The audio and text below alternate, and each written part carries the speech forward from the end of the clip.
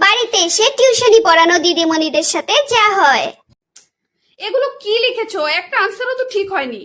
তোমাকে এতবার করে বোঝানোর পরও কি তুমি কিছু বোঝো না? স্নেহা, ওর উপর একদম চেঁচিও না। ওর বাবা না ওর উপর চেঁচানোটা একদম পছন্দ করে না গো। আমি তো ওর উপর এমনি এমনি চেঁচাচ্ছি না। আসলে আমি একটা পড়া ওকে এতবার করে বোঝালাম, তারপরও ও আনসারটা ভুলই লিখলো। আরো ভালো করে পড়াও না, দরকার পড়লে আরো বেশি সময় ধরে পড়াও। কেন বুঝবে না গো? হ্যাঁ, আমি তো যতটুকু সম্ভব ওকে পড়াচ্ছি, তারপর ওকে বাড়িতেও তো একটু প্র্যাকটিস করতে হবে।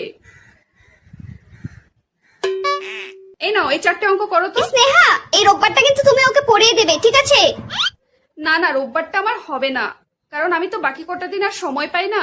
তাই রোববারটা আমি আমার পার্সোনাল কাজের জন্যই রাখি। সময় পাও না মানে তুমি কি কোনো চাকরি করো নাকি?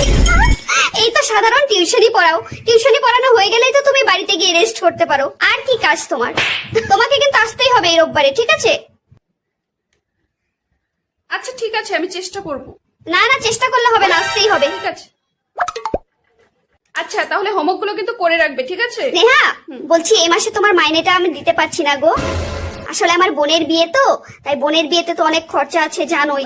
তো সেজন্য না তোমার মাইনেটা 2 মাসের মাইনে একবারে দিয়ে দেবো, ঠিক আছে? আচ্ছা ঠিক আছে, আসি। হ্যাঁ হ্যাঁ, আসো।